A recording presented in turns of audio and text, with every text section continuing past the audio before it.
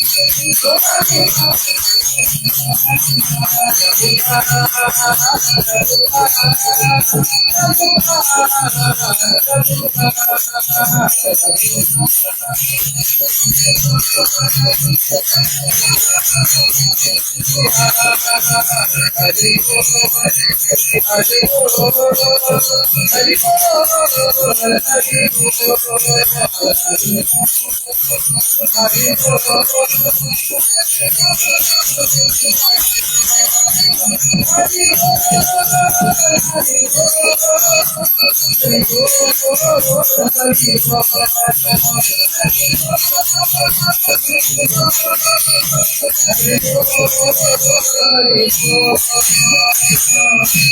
श्री हरिनाम संकीर्तन की, हरे कृष्ण महामंत्र की, जगत गुरु स्वामी श्री प्रभुपाद की, निताय गौर प्रेमानंदे।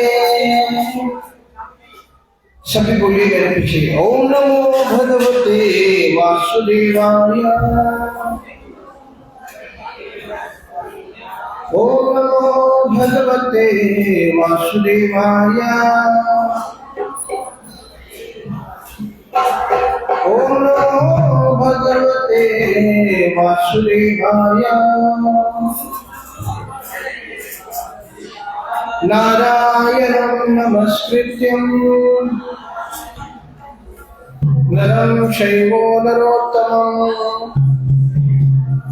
देवीं सरस्वतीं व्यासं ततो जयमुदीरये। कृष्णाय वासुदेवाय देवकी नंदनाय च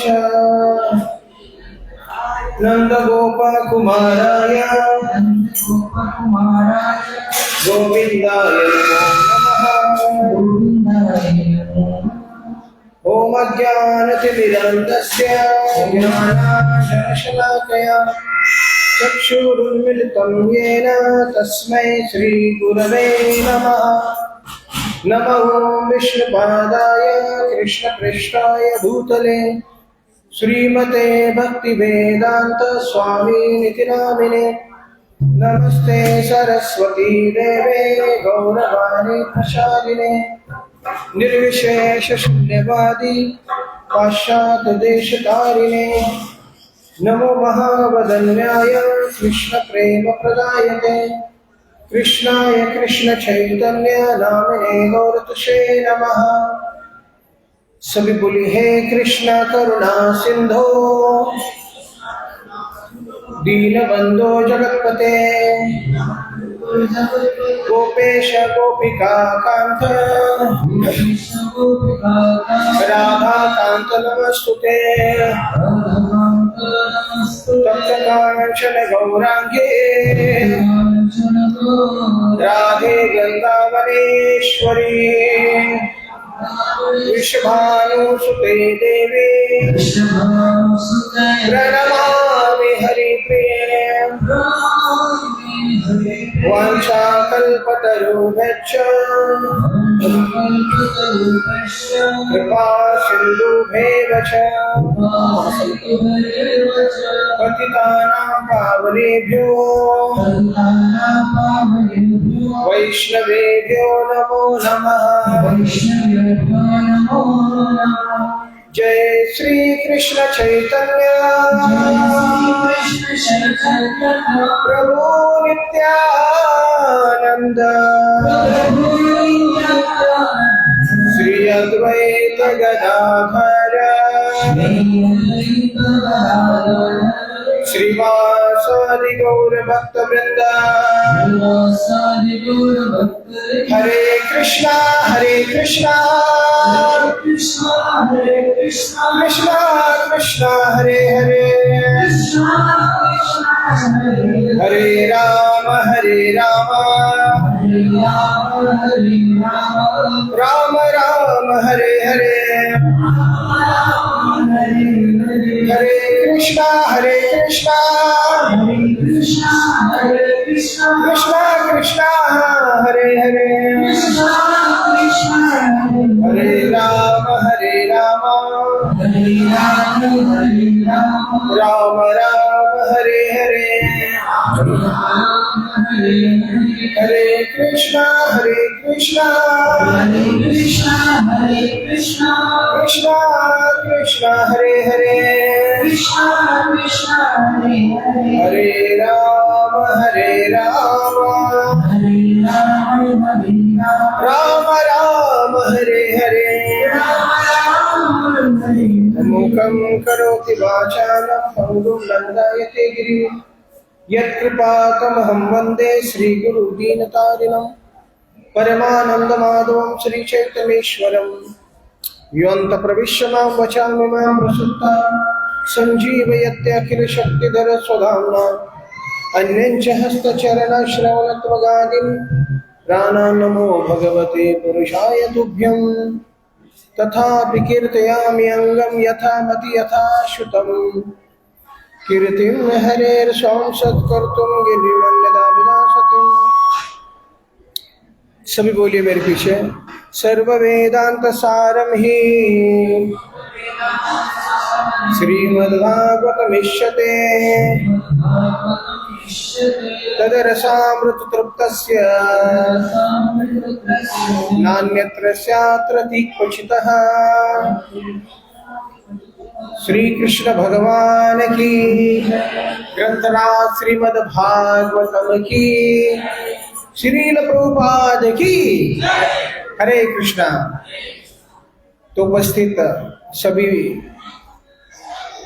रसिक भागवत के जो श्रोता है उन सबको मैं हृदय से स्वागत करता हूँ आज की इस भागवत कथा में। तो आज कल भी बड़ा उत्सव हुआ, आज भी एक उत्सव है। तो आध्यात्मिक जगत जो है वो जगत ही उत्सव का है और मानव उत्सव प्रिय है कि मनुष्य को उत्सव बहुत प्रिय है। क्यों? क्योंकि उसका स्वभाव है टू बी हैप्पी। आनंदमयो भ्यासात, ये जीव का स्वभाव है। इस संसार में एक चींटी से लेके ब्रह्मा तक प्रत्येक जीव केवल एक ही खोज कर रहा है, वो क्या है? आनंद। वो आनंद की खोज है। क्यों खोज कर रहा है? वो करोड़ों जन्म से खोज कर रहा है। क्यों कर रहा है वो? क्योंकि उसका स्वभाव है सच्चित आनंद।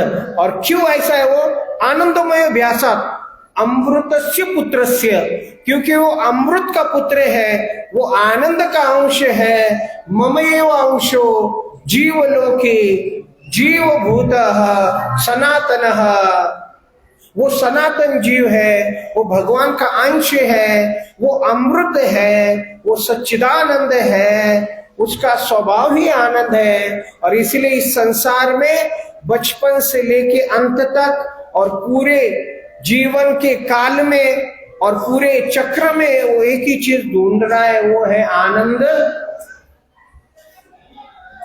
और ये आनंद, वो गलती यहां पे कर रहा है जीव कि वो इस संसार में आनंद ढूंढ रहा है। जिस संसार को भगवान श्री कृष्ण कहते हैं, ये संसार क्या है? दुखालयम अशाश्वतम। तो मतलब गलत जगह पे सही चीज ढूंढ रहे हैं, ऐसा है क्या? तो गलत जगह पे वो चीज को ढूंढ रहे हैं। तो इसलिए ये जो वृंदावन है, वो वृंदावन आनंद का धाम है। और जीव वहां का शाश्वत वासी है, लेकिन किस कारणवश इस संसार में आके गिर गया और गिरने के बाद अभी उसी आनंद को ढूंढने का प्रयास कर रहा है, अनंत काल से कर रहा है। लेकिन उसकी खोज कहाँ खत्म होती है? उसकी खोज जब वो एक परंपरागत प्रामाणिक आत्म साक्षात्कारी गुरु के संपर्क में आता है, तब उसकी खोज पूर्ण हो जाती है।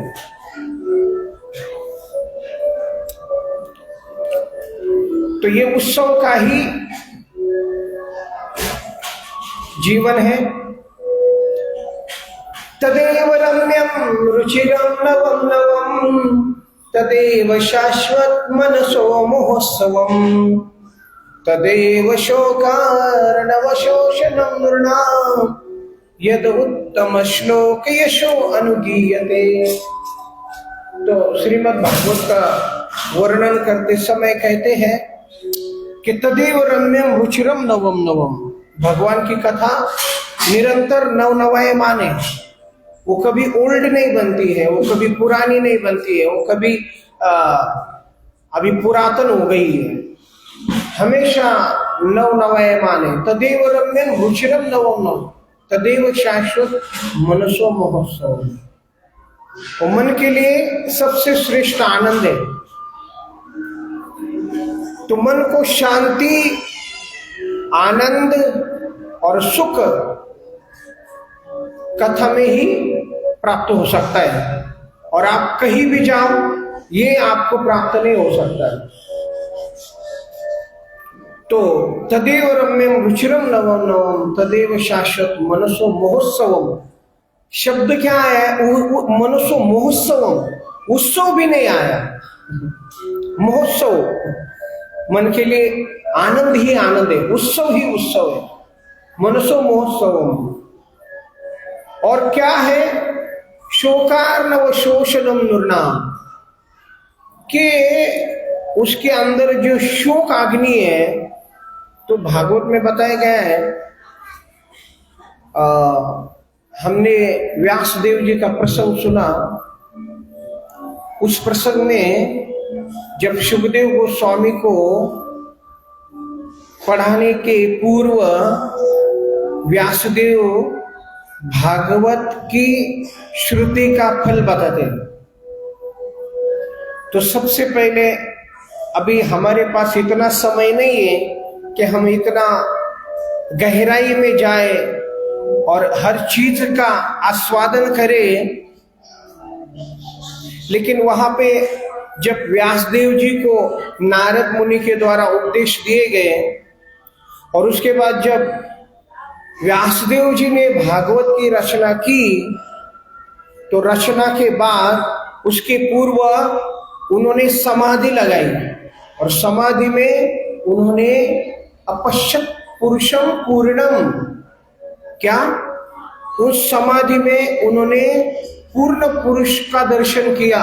बोलो श्री कृष्ण भगवान की। तो ये भागवत है, ये भागवत समाधि में प्रकट हुआ है व्यासदेव जी के। और कैसी समाधि? निर्विकल्प समाधि। कैसी? निर्विकल्प समाधि मतलब क्या? कि कुछ लोगों का मत है कि ये व्यासदेव जी इतने सारे विशाल ग्रंथों की रचना कर ही नहीं सकते। एक व्यक्ति कैसे इतने ग्रंथों की रचना कर सकता है? ये अलग अलग ऋषियों ने ग्रंथों की रचना की है, नाम व्यासदेव जी का आया है, लेकिन ऐसा व्यासदेव जी के बारे में नमो विशाल बुद्धि व्यासाय, तो व्यासदेव जी विशाल बुद्धि है, और ये सारे ग्रंथ उनकी ही रचना है।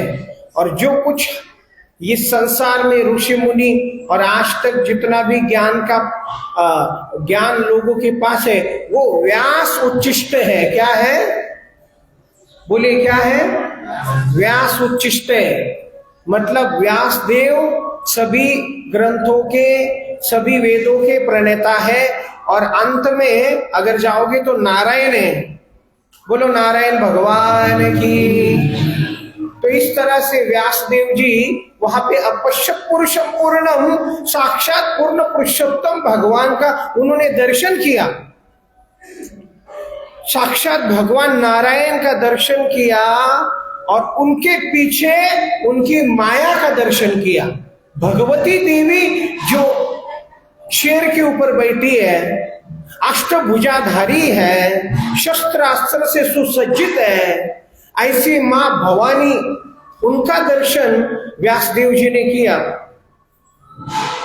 नारद जी ने उनको क्या कहा था कि आप संसार के जीवों का कल्याण करना चाहते हो ना, आप जीवों का कल्याण, और कौन सा कल्याण करना चाहते हो? परमोच्च कल्याण, साधारण कल्याण नहीं। साधारण कल्याण तो देख रहे हम लोग, आपने इतने सारे ग्रंथों की रचना की है, लेकिन उससे आपको संतुष्टि नहीं मिली है, तो आने वाले जीवों को क्या समाधान मिलेगा? परमोच्च कल्याण चाहते हो। तो व्यासदेव जी ने जब ये दर्शन किया और उनके पीछे भवानी दुर्गा का दर्शन किया, यहां पे ये सीक्रेट खुलता है। व्यासदेव जी ने देखा कि जीव इस संसार में फंसा कैसे है। तो तब उन्होंने देखा कि ये भगवान की बहिरंगा शक्ति दुर्गा, ये भवानी ने जीवों को क्या किया है? विमोहित। क्या किया है? विमोहित किया है, मोह में डाला है। सारे जीव भगवान की बहिरंगा शक्ति के अधीन है, और दैवी हेषा, दैवी हेषा गुणमयी मम माया दुरतया, शब्द आया है दुरतया। ऐसी माया के चंगुल में जीव फंसा है, और कब से फंसा है? अनंत काल से फंसा है। और फिर इसके माया में फंस के क्या कर रहा है? तो कहते हैं अनर्थ। क्या कर रहा है? अनर्थ कर रहा है। जीवन के अर्थ का अनर्थ कर रहा है। कैसे अनर्थ कर रहा है? माया में फंस के। तो कौन से अनर्थ है? तो कहते हैं काम, क्रोध, लोभ, मोह, मद और मात्सर्य। ये 6 प्रकार के अनर्थ के चंगुल में फंसकर जीव नाना प्रकार के कुकर्म कर रहा है, और उसके ही कर्म उसके दुख का कारण बने हैं, और वही कारण बने हैं उसके संसार में घूमने के। वो अनर्थों का ही पोषण कर रहा है, और उसके कारण ही दुख भोग रहा है। तो इसलिए उसके जड़ में गए। वो जड़ क्या है? सारे दुखों की जड़ क्या है? सारे कुकर्मों की जड़ क्या है? तो व्यासदेव जी ने देखा सारे दुखों की जड़, सबकी जड़ है अनर्थ। क्या है? अनर्थ। समझ में आ रहा है? अनर्थ। एक चीज निकाल दो। अभी देखो, लोग चाहते हैं कि नहीं भ्रष्टाचार नहीं होना चाहिए। कोई दुकानदार आपको फंसाए, आप चाहते हैं कोई दुकानदार आपको फंसाए। कोई वस्तु है, उस वस्तु की जो कीमत है, उस कीमत से अगर वो 1% ज्यादा लेता है तो चलेगा, लेकिन वो डबल ले रहा है, तो वो डबल ले रहा है, उससे आपको वित्त हानि होगी क्या? नहीं होगी। अभी उसका 1%, अगर वो 1% लेता है, 2% लेता है, 10% लेता है, ठीक है, लेकिन उसको क्या प्रेरित करता है कि वो डबल लेता है? उसके अंदर क्या है? लोभ है। क्या है? लोभ है। तो सभी जीव लोभ के कारण एक दूसरे को क्या कर रहे हैं? सब जीव क्या सोच रहे? मुझे ज्यादा मिलना, मुझे ज्यादा प्रॉफिट होना चाहिए। वो प्रॉफिट और वो लाभ भले ही दूसरों को फंसाकर भी हो गया तो भी चलेगा। मतलब वो डॉक्टर है, लेकिन डॉक्टर को गरीब लोगों से भी ज्यादा पैसा लेने की इच्छा होती है, वो तब तक उनका इलाज नहीं करता है जब तक उसको ये विश्वास नहीं होता है कि मेरी रकम पूरी पूरी देंगे। तो ये उसको कौन प्रेरित कर रहा है? लोभ। कौन कर रहा है? लोभ।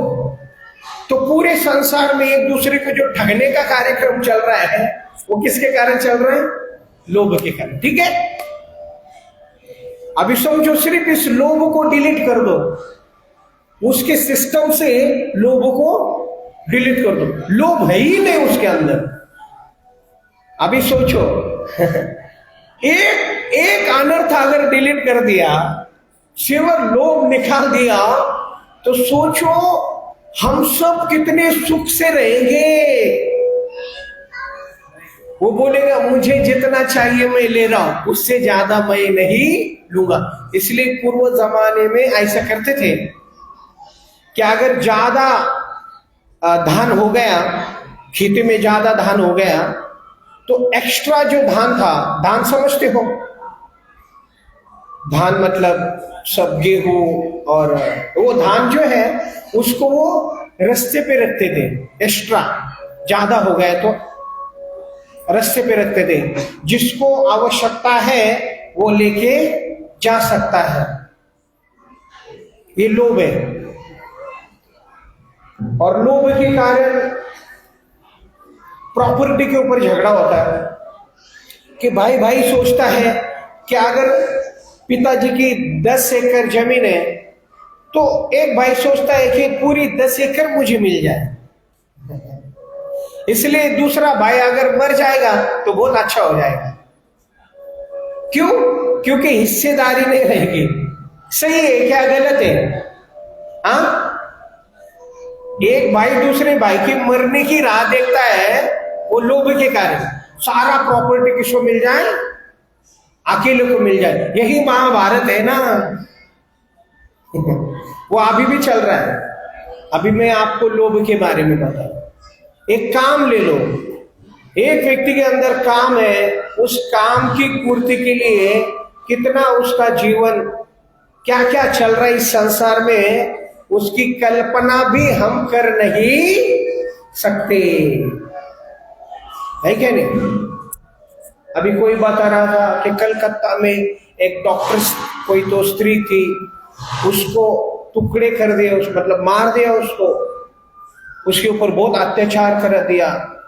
हम देखते हैं कि इस काम के कारण छोटे छोटे बच्चियों के ऊपर अत्याचार होता है, छोटी छोटी बच्चियों को मार डालते हैं लोग, काम का आवेश आ जाता है। उसमें उनका गलती नहीं है। शत्रु कौन है उनका? भगवान बोलते हैं। अर्जुन पूछते हैं कि उसकी बुद्धि काम नहीं कर रही, उसको समझ में नहीं आ रही, छोटी बच्ची है, ये छोटी बच्ची है, उसकी बुद्धि क्यों काम नहीं कर रही, वो ऐसा क्यों कुकर्म कर रहा है, ऐसा पाप क्यों कर रहा है? तब भगवान कहते हैं कामेशा क्रोधेशा रजगुण समुद्भव। हाँ, उसकी बुद्धि इस काम के कारण दूषित हो चुकी है, इसलिए वो उस समय भेद नहीं कर पा रहा है, और इसलिए ऐसा कुकर्म हो रहा है। अभी समझो ये काम को डिलीट कर दिया जाए हमारे हृदय से, तो लोगों को कोई काम ही नहीं रहेगा, है ना? सब आराम करेंगे। बोलो श्री कृष्ण भगवान की। तो आज ये सॉल्यूशन बहुत महत्वपूर्ण है। हम ऊपर ऊपर सॉल्यूशन ढूंढ रहे कि हम बोल रहे चलो भ्रष्टाचार हटाओ, सुरक्षा बढ़ाओ, झगड़े मिटाओ, लेकिन ये ऊपर ऊपर सॉल्यूशन करके कुछ फायदा होने वाला नहीं है। सॉल्यूशन, उपाय हमारे ऋषियों ने पहले से दिया है, और वो रामबाण उपाय है। क्या है वो? यहां पे व्यासदेव जी ने बोले इनके पूरे कुकर्म का जो कारण है, और इनके फंसने का जो कारण है, इनके दुखों का जो कारण है, वो केवल अनर्थ है और कुछ भी नहीं है। तो हमें कहाँ प्रहार करना चाहिए? हमारे अंदर कौन सा पार्ट हमसे कार्य करवा रहा है? ये व्यासदेव जी ने देखा समाधि में, तो उन्होंने देखा ये जीव अनर्थ के कारण जीवन का अनर्थ कर रहे हैं। तो इसलिए उन्होंने क्या किया, अनर्थ, बोलिए सब, अनर्थ उपशमन साक्षात। तो उन्होंने ये भागवत की दवाई बनाई, इसको औषधि भी कहा गया है। निवृत्त तरशेर उपगीयमाना भवौषधि छोत्रो मनोभिरामा। ये औषधि है, दवा है, किसके लिए? अनर्थ उपशमन साक्षात, कि सारे अनर्थों का शमन करने के लिए। अनर्थ, अब ये दवाई लेंगे, ये भागवत आप सुनोगे, निरंतर सुनोगे, जीवन भर सुनोगे, तो ये कहां इफेक्ट करेगा? अनर्थों के ऊपर। किसको मारेगा ये? काम को मारेगा, क्रोध को मारेगा, लोभ को मारेगा, अनर्थोपशमम साक्षात। और फिर वो कहते हैं कि इसका फल क्या है? उसका फल है शृण्वतां सुकथा कृष्ण पुण्य श्रवण कीर्तन हृदयन्तस्तु हि भद्राणि विधुनोति सुरहसताम। हरे कृष्णा कृष्णा कृष्णा हरे हरे, हरे राम राम राम हरे हरे। बस इसको सुनो, शृण्वताम सुकथा कृष्ण, शृण्वताम सुकथा कृष्ण पुण्य श्रवण कीर्तन। और व्यासदेव जी कह रहे इससे बड़ा पुण्य और कुछ नहीं हो सकता, ये सबसे बड़ा पुण्य, ये कोई साधारण पुण्य नहीं है, सबसे श्रेष्ठ पुण्य यही है। और शृण्वताम सुकथा कृष्ण पुण्य श्रवण कीर्तन, क्या है वो पुण्य? कैसे करना है? श्रवण और कीर्तन के द्वारा। और किसके बारे में सुनना है? शृण्वताम स्वकथा कृष्ण, किसकी कथा सुननी है? कृष्ण की, भगवान श्री कृष्ण की। और उससे क्या होगा? हृदयन्तस्तु हि भद्राणि विधुनोति शब्द आया, विधुनोति, पूरे अनर्थों को, वो अभद्र को धो देगी, शुद्ध हो जाएगा हृदय। और फिर ऐसे शुद्ध, हाँ, वो शुद्ध हो जाएगा। और कहते हैं कि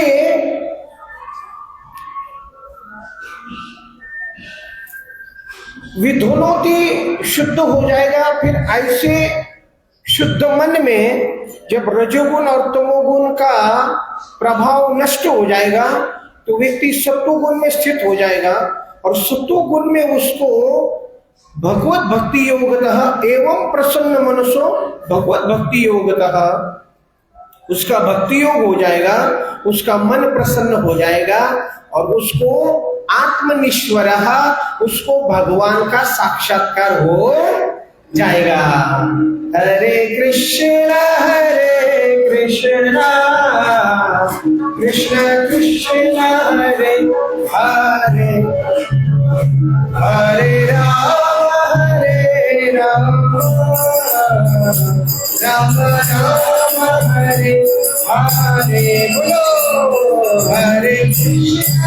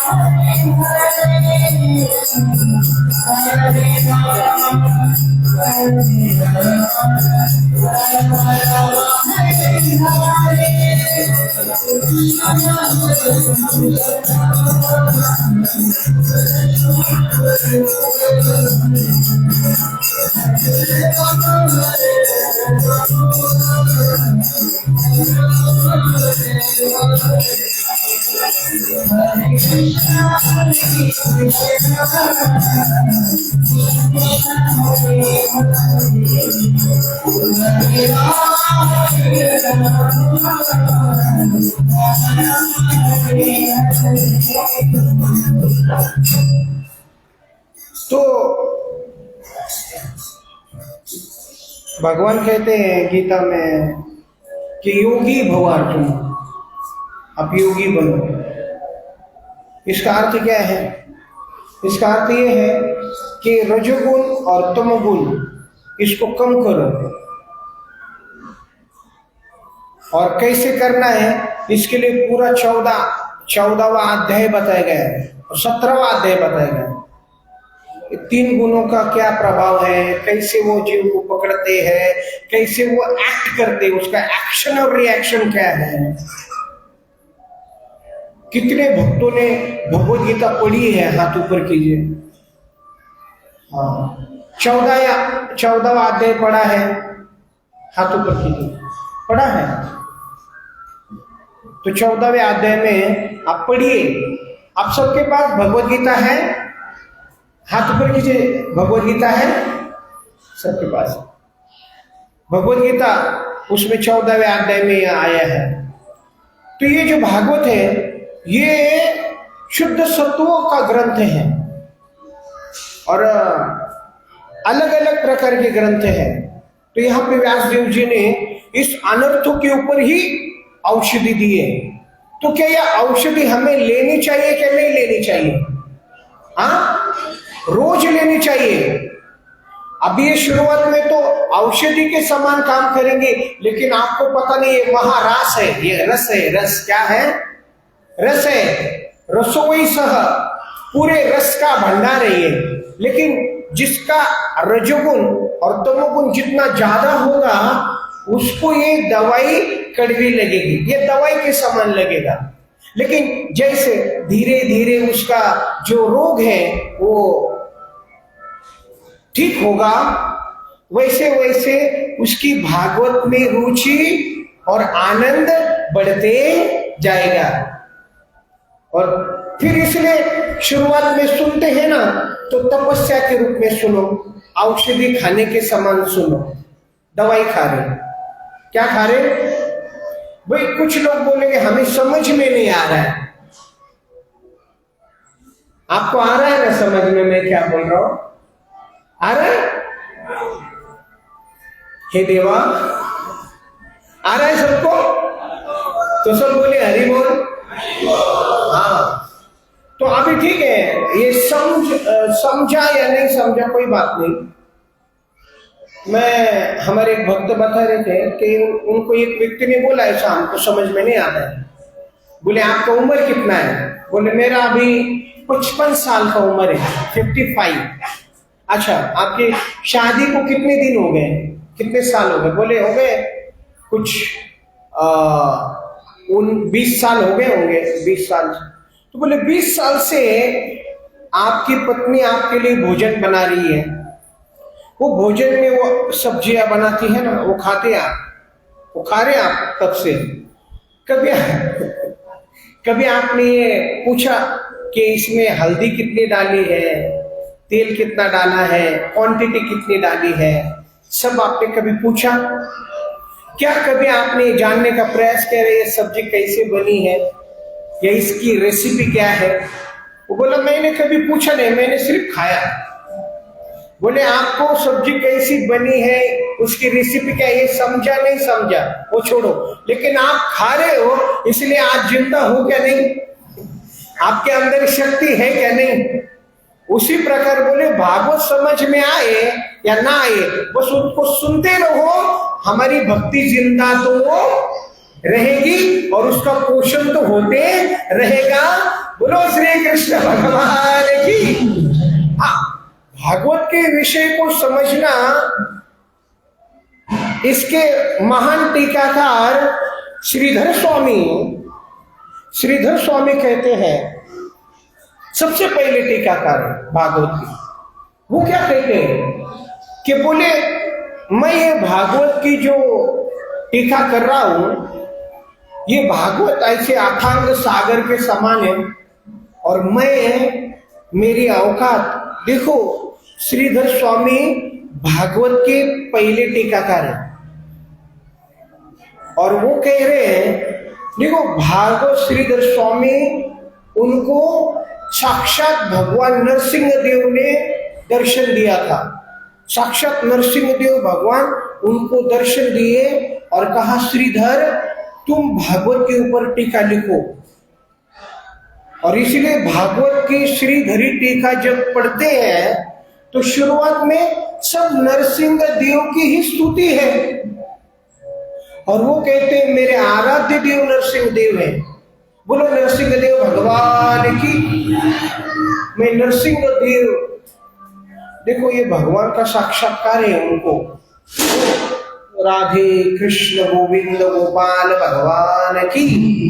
तो श्रीधर स्वामी वो कह रहे हैं कि मैं भागवत को जब टीका लिखने के लिए पढ़ा तो मैं क्या समझा कि भागवत सागर अथांग सागर के समान है, और मैं एक परमाणु के समान हूं, एक तुच्छ अणु के समान हूं। परमाणु का अर्थ होता है जो आंखों से दिखता नहीं। इतनी औकात है मेरी, तो अभी मैं तो क्या बोलूं। ओ श्रीधर स्वामी विश्वनाथ चक्रवर्ती ठाकुर, बड़े बड़े आचार्यों ने, और सबसे बढ़िया मतलब सबको एक साथ लेकर जो टीका की है, जो हमारे समझ में आती है, वो है हमारे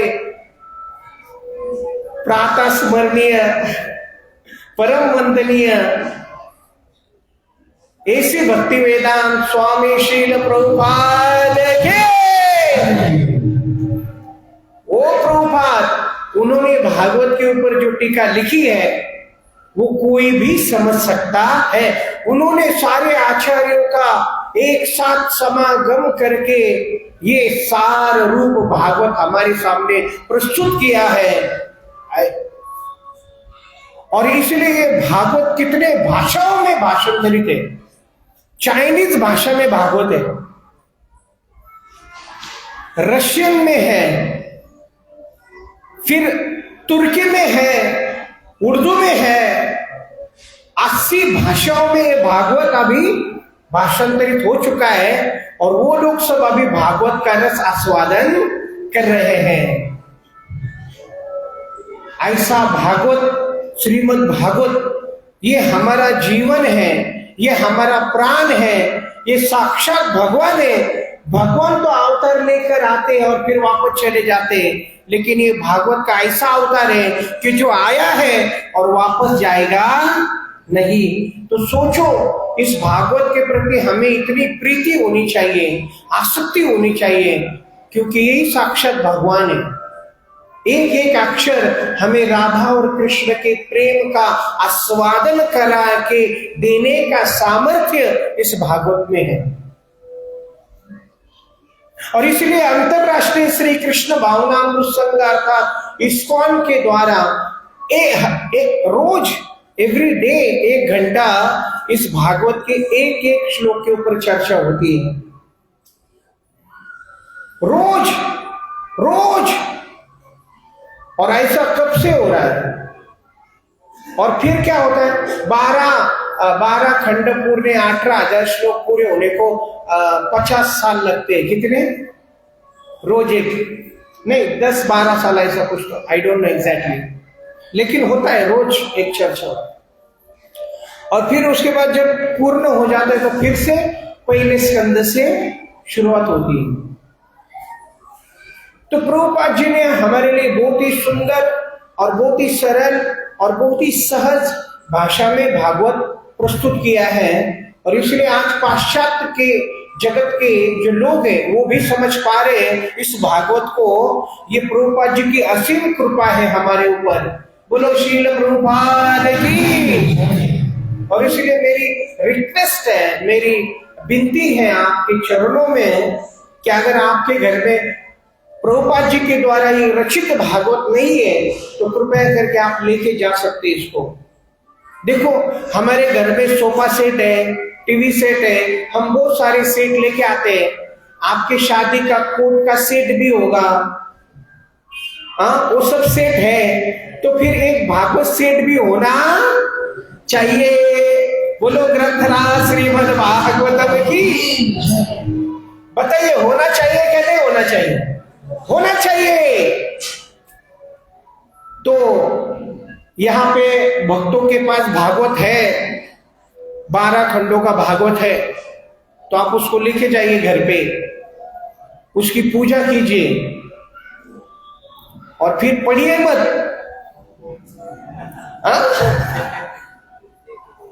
हाँ सॉरी, पढ़िए, सॉरी उसको पढ़िए, रोज पढ़िए उसको, और देखो कैसा आनंद आता है आपको। कुछ लोग बोले हमें संस्कृत नहीं आता है, तो फिर हर एक शब्द का अर्थ दिया है। देखो इतनी कृपा, इतनी कृपा, इतनी कृपा, संस्कृत शब्द का अर्थ दिया है हमारी भाषा में, मराठी में भी है, हिंदी में भी है। अभी चलो वो भी नहीं पढ़ने पाया, तो उसका भाषांतर पढ़ो, वो भी समझ में नहीं आया तो तात्पर्य पढ़ो।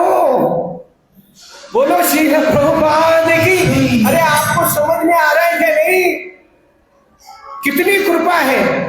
और ये किस उम्र में लिखा है? 70 साल की उम्र में। बोलो ऐसी भक्ति वेदांत स्वामी श्रील प्रभुपाद की। 70 साल की उम्र में लिखा है, ऐसा नहीं कि जवानी में लिखा है। अरे 70 साल की उम्र में पेन भी पे ऐसा हाथ हिलने लगता है। बुढ़ापे में क्या होता है? हाथ हिलने लगता है। वो लिखने जाएगा, रांगोली काढ़ेल तिथं तो लिखने को नहीं आता है। पूछो 70 साल की उम्र के जो ओल्ड हुए, देखो अभी मेरा 70 साल उम्र हो गया है। ज्यादा बोल दिया क्या? ठीक है, 60 साल है, 60 साल उम्र है अभी मेरी, 60वीं चल रही है। आप ऐसे हंस रहे कोई बात नहीं, मरना तो वही, उम्र कितनी भी हो। 70 साल की उम्र में व्यक्ति को टॉयलेट जाना भी कठिन हो जाता है। प्रभुपाद अमेरिका गए, बोलो श्रील प्रभुपाद की। 70 साल की उम्र में 40 रुपए लेके अमेरिका जाना कठिन है। उनके पास धन नहीं था, उनके पास कोई मदद करने वाला व्यक्ति नहीं थे, कोई लोग नहीं थे उनके पास। 70 साल की उम्र में भीख मांग के टिकट लिया है सुमति मुरारजी जुहू में। 3 दिन गए उसके ऑफिस में, भीख मांग रहे थे, दे दो मुझे, दे दो। उनको दया आई, बोले Prabhupada you are too old, America is too cold, you will die. But Prabhupada was bold because his spiritual master had told he will mold whole world. बोलो श्री कृष्ण भगवान की। जिसको समझ में नहीं आया उनको घर में जाके समझ में आएगा। ऐसे स्वामी श्रील प्रभुपाद के। मुझे तो लगता है कि आज उनकी कथा करूं। 70 साल की उम्र में सिर्फ 40 रुपए लेके गए 1965 में, और उनको मिला टिकट। गए 1 साल कठोर परिश्रम किया उन्होंने। उन हिप्पी लोगों को जो नशे में हमेशा धुत रहते थे, रास्ते पे मैथुन करते थे, जानवरों की अवस्था हो गई थी, ऐसे लोगों को, जो रजोगुण और तमोगुण में रचे पचे लोगों को ये भागवत सुना के शुद्ध सत्व में लाके बड़े बड़े सन्यासी और आज गुरु बन के पूरे विश्व को भागवत का लाइट दे रहे। ऐसी भागवत की महिमा है और ऐसी कृपा है प्रभुपाद जी की। आप जाओ किधर भी, अभी आप रशिया जाओ, हांगकांग जाओ और सैन फ्रांसिस्को जाओ, कहीं भी जाओ, आपको इस्कॉन के मंदिर मिलेंगे, आपको वहां पे भक्त मिलेंगे। अभी हमारे पूना मंदिर से कुछ ब्रह्मचारी को भेजा अमेरिका प्रचार के लिए, तो वो आए थे यात्रा के लिए वापस। तो मैंने पूछा आप लोग उधर गए हैं, वो चपाती मिलता है क्या? चपाती अमेरिका, बोले चपाती ही बनाते हैं उधर। मंदिर में चपाती ही बनाते, राइस दाल सब्जी चपाती ही बनाते। तो मैं बोला आप लोग बनाते हो, फिर वो फॉरेन के लोग बोले वही खाने के लिए वो आते हैं वहां पे। महाप्रसाद उनको बहुत अच्छा लगता है चपाती। एक फॉरेन के भक्त आ रहे थे, उनको चपाती और सब्जी दाल राइस दिया। वो पहली बार आए थे, मतलब वो जब खा रहे थे तो वो बिना स्पून के उनको खाने को बोला था। तो वो चपाती को ऐसा 2 उंगली में पकड़ते थे, उसको ऐसा काट के और दाल में ऐसा डुबा के ऐसा खा रहे थे। और वहां की जो स्त्रियां हैं जो ऑलमोस्ट मतलब उनको बिना कपड़े के घूमना है, लेकिन उन लोगों को प्रभुपाद जी ने साड़ी पहनाना सिखाया, बराबर पहनना सिखाया। प्रभुपाद जी 70 साल की उम्र के, कितने 70 साल। वो लड़कियां हैं, फॉरेन की लड़कियां हैं, उनको साड़ी का पता ही नहीं। प्रभुपाद जी ने स्वयं पहन के दिखाया साड़ी कैसे पहनते हैं। तब वो लड़कियां साड़ी पहनने लगी। वो लड़कियां सिगरेट फूकती थी, वो अभी अगरबत्ती घुमा रही भगवान के लिए। ये कितना बड़ा परिवर्तन आया। और प्रभुपाद जी जब अमेरिका गए कार्गो शिप से, तो उनके पास क्या था, क्या लेके गए वो प्रभुपाद बैग में, क्या लेके गए? बोलो ग्रंथराज श्रीमद् भागवतम के। प्रभुपाद जी बोले मेरे पास भागवत है। प्रभुपाद जी को पूछा आप अमेरिका जा रहे हैं? बोले मैं नहीं जा रहा हूं, भागवत जा रहा है, मैं भागवत को लेके जा रहा हूं। And the servant of Bhagavat. सोचे ऐसा भागवत हमारे पास है और फिर भी हम यूट्यूब पे रील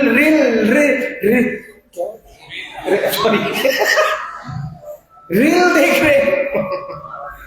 थोड़ा टाइम दे दो भागवत के लिए। और मैं आपको नहीं बोल रहा हूं, आप ऑलरेडी दे रहे हैं टाइम, लेकिन ये भागवत हमारे जीवन का कल्याण करने वाला है, उद्धार करने वाला है। इसलिए फिर शुक्र व्यासदेव जी कहते हैं, बोलिए सब मेरे पीछे, यस्याम वै श्रूयमानाया।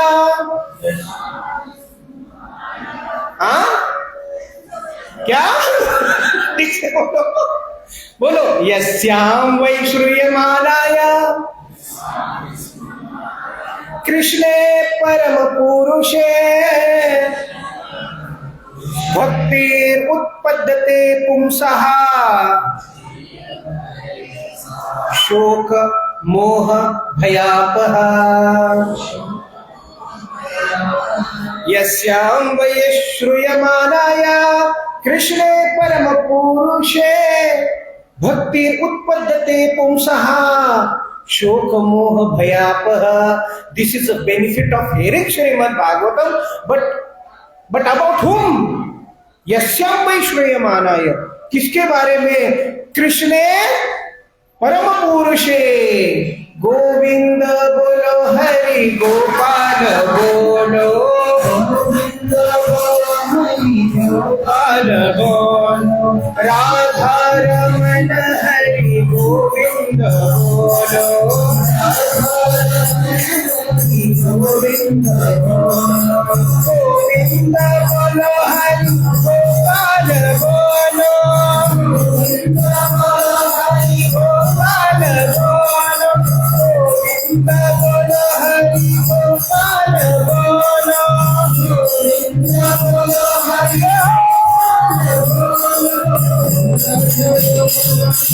गोविंद बोलो।